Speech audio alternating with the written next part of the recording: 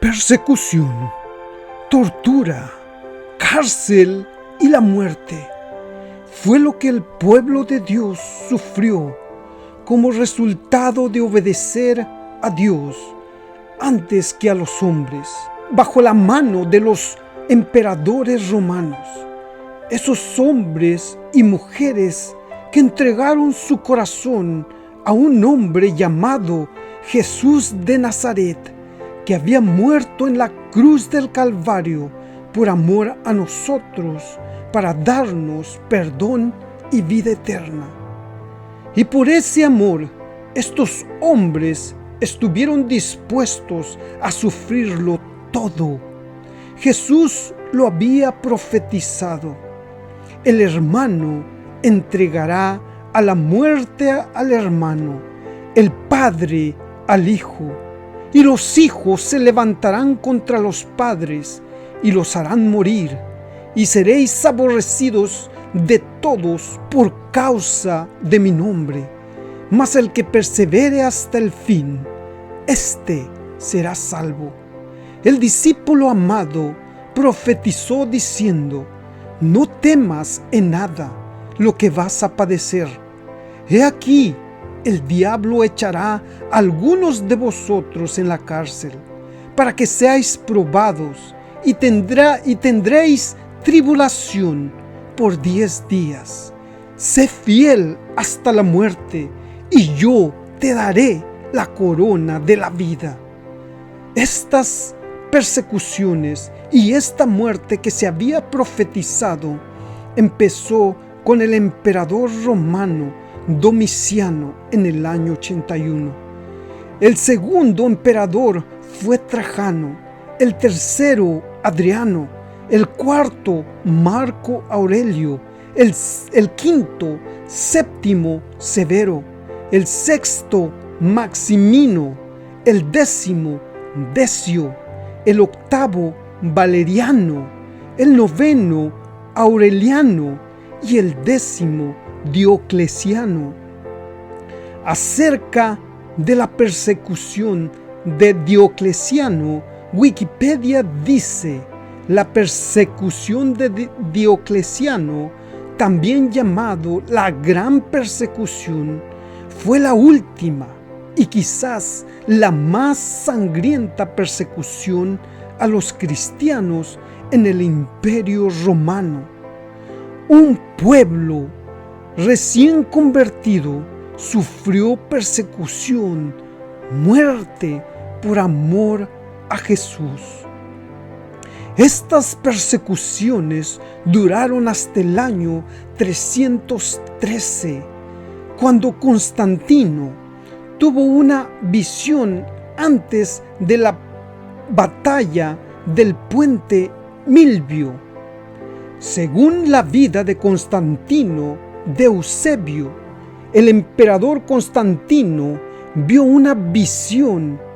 Lo relata de esta manera: cerca de la hora del sol del mediodía, cuando el día acababa de cambiar, dijo que vio con sus propios ojos arriba en el cielo y descansando sobre el sol un trofeo en forma de cruz, formado de luz, y un texto unido a él que decía: en este signo vencerás. Según Eusebio, el emperador Constantino también tuvo un sueño esa misma noche. En el sueño, el Cristo de Dios se le apareció con la señal que había aparecido en el cielo y le instó a hacerse una copia de la señal que había aparecido en el cielo y usarla como protección contra los ataques del enemigo. Después de vencer en la batalla entre Licinio, emperador romano, y Constantino en Milán en febrero del año 313, los dos emperadores embozaron los términos de una paz universal, que fueron publicados el 13 de junio del año 313. El documento sería denominado en épocas posteriores el Edicto de Milán, y dice así: creemos correcto encomendar estas cosas a su cuidado, para que sepa que hemos dado a los cristianos libertad sin restricción de culto religioso. Cuando vea que ésta les ha sido concedida por nosotros, su señoría sabrá que también hemos otorgado a otras religiones el derecho a una observancia de su culto abierta y libre, por el bien de la paz de nuestros tiempos, que cada uno tenga oportunidad de rendir culto como le plazca. Este reglamento se hace para que no parezca que desmerecemos ninguna dignidad o ninguna religión. Llegó la paz para el pueblo de Dios, pero con esa paz llegaron las tinieblas, porque el poderío y las convicciones del emperador tuvieron mucho que ver en los cambios que tomó la iglesia, porque su conversión está en duda. Algunos estudiosos alegan que su principal objetivo de Constantino el Grande, el emperador romano, era conseguir la aprobación unánime y sumisión a su autoridad de todos los estentos, por lo que eligió el cristianismo para llevar a cabo su propaganda política, creyendo que era la religión más apropiada que podía encajar con el culto imperial. ¿Cómo podemos decir que él tuvo una conversión verdadera cuando en su imperio se seguía utilizando una moneda dedicada al sol invicto, que era un dios de los romanos y a quien Constantino adoraba? ¿O cómo podemos creer que era un verdadero adorador de Dios si en 7 años después de su visión y de su edicto, él publicó otro edicto que fue el 7 de marzo del año 321, que se llama el Edicto Dies Solis, que dice: el venerable día del sol se dejará a los magistrados y al pueblo de las ciudades descansar. Se cerrarán todos los talleres en el campo.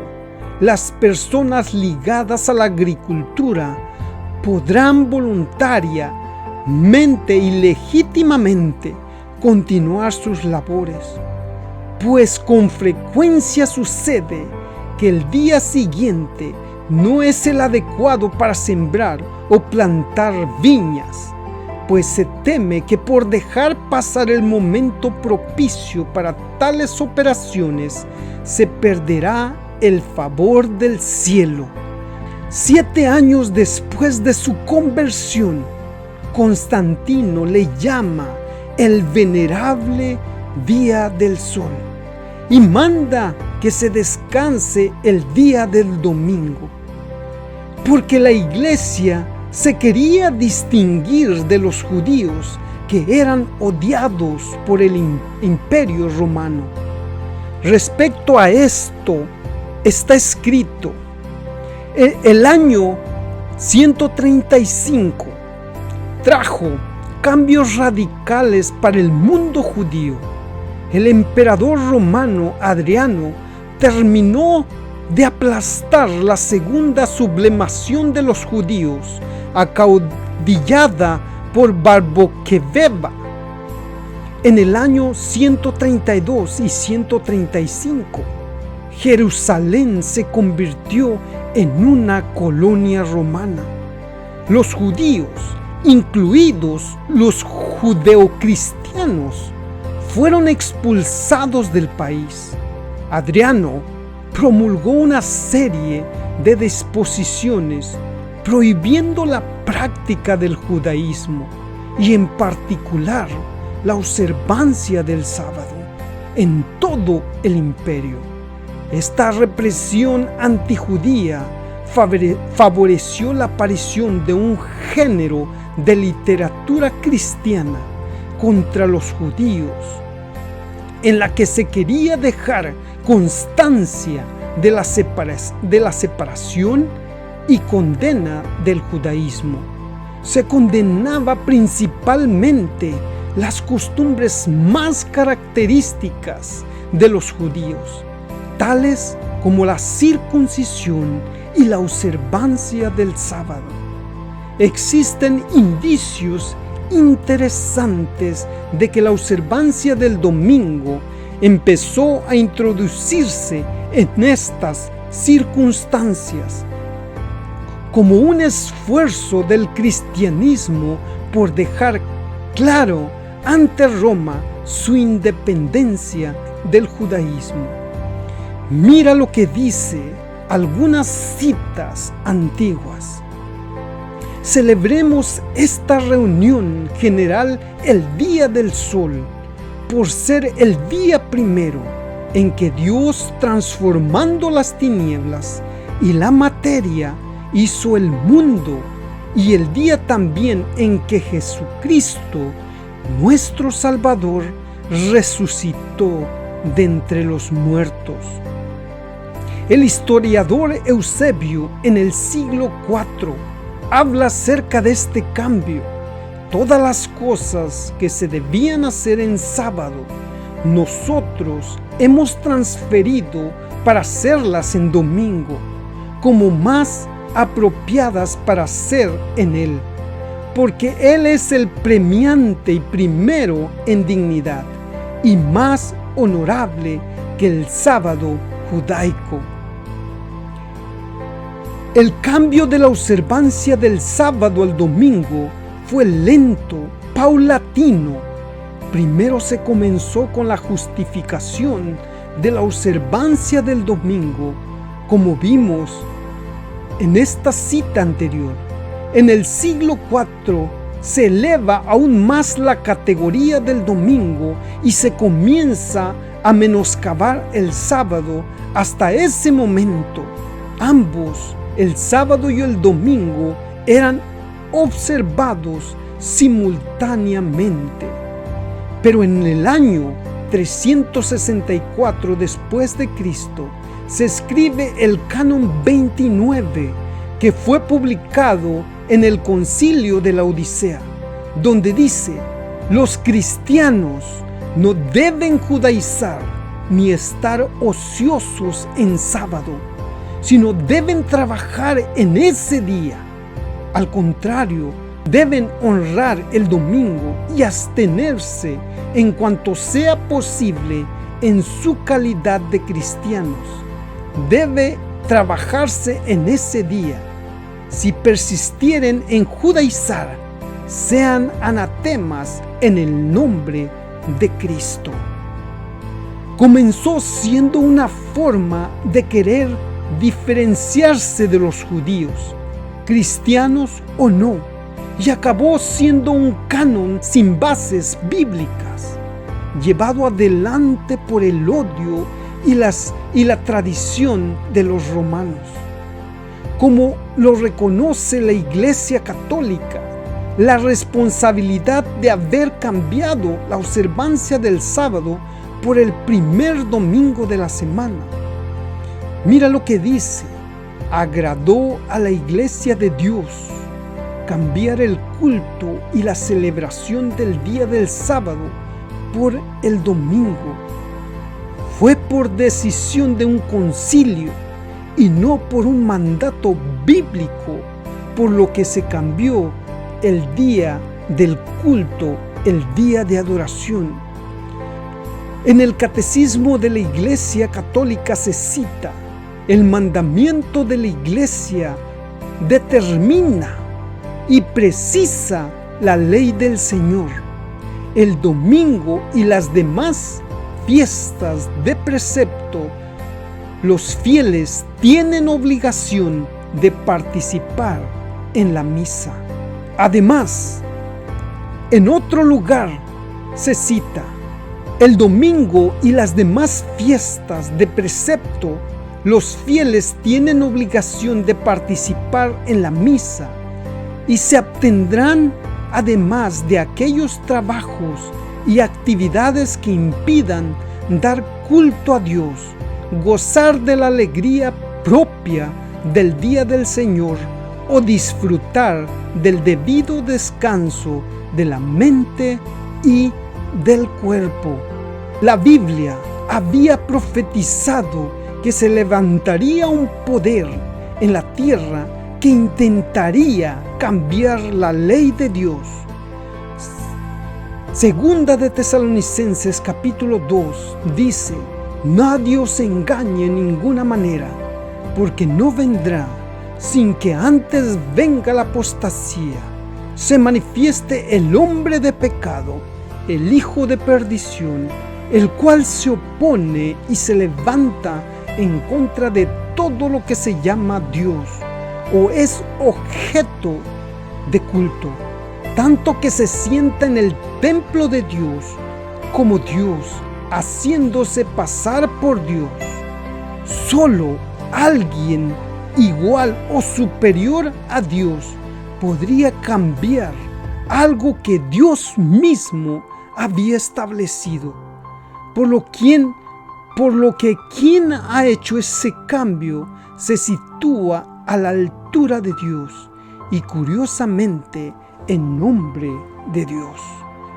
Daniel 7:25 dice: hablará palabras contra el Altísimo y los santos del Altísimo quebrantará. Pensará en cambiar los tiempos y la ley, y serán entregados en su mano hasta tiempos y la mitad de un tiempo. El cambio del día de reposo fue cambiado por voluntad humana y no por voluntad divina. No encontramos en ningún lugar de la Biblia que Dios haya transferido la santidad del sábado al domingo.